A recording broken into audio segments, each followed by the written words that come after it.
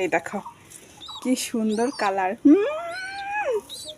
ডাকতেছো তুমি, ডাকতেছো তুমি, আমাদের প্রচুর আদর করি। আর ওই দেখো আমার পিছনে, এই দেখো একজোড়া বড় হয়ে গেছে, এই দেখো ওই দেখো চালের ওপরে একজোড়া বড় হয়ে গেছে, ওই দেখো ঘুরতেছে।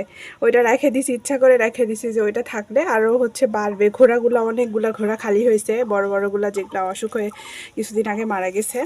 তো দেখো এটা হচ্ছে কিউট একটা সাদা পুটি, এটা একটা সাদা পরি না, এটা একটা সাদা পরি না, এটা একটা সাদা পরি না, মায়াবী পরি, পাই পরি পরি পরি পরি। এটা একটা হয়েছে।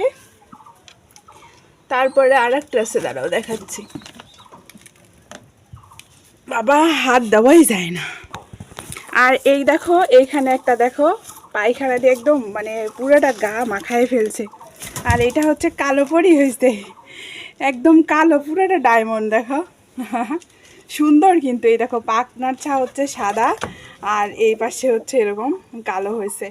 কত কিউট। হ্যাঁ তো কিউটে দিব্যা হয়েছে, তুমি তুমি কিউটে দিব্যা হয়েছো না, এটা কিউটে দিব্যা হয়েছো না, একটু দিব্যা হয়েছো না, যে দেখা দাও তো, যে তুমি তাকাতে পারো, একটু দেখা দাও। এই যেটার পাখা হচ্ছে অনেক সাদা হয়েছে, অনেক সুন্দর হয়েছে কিন্তু দেখতে।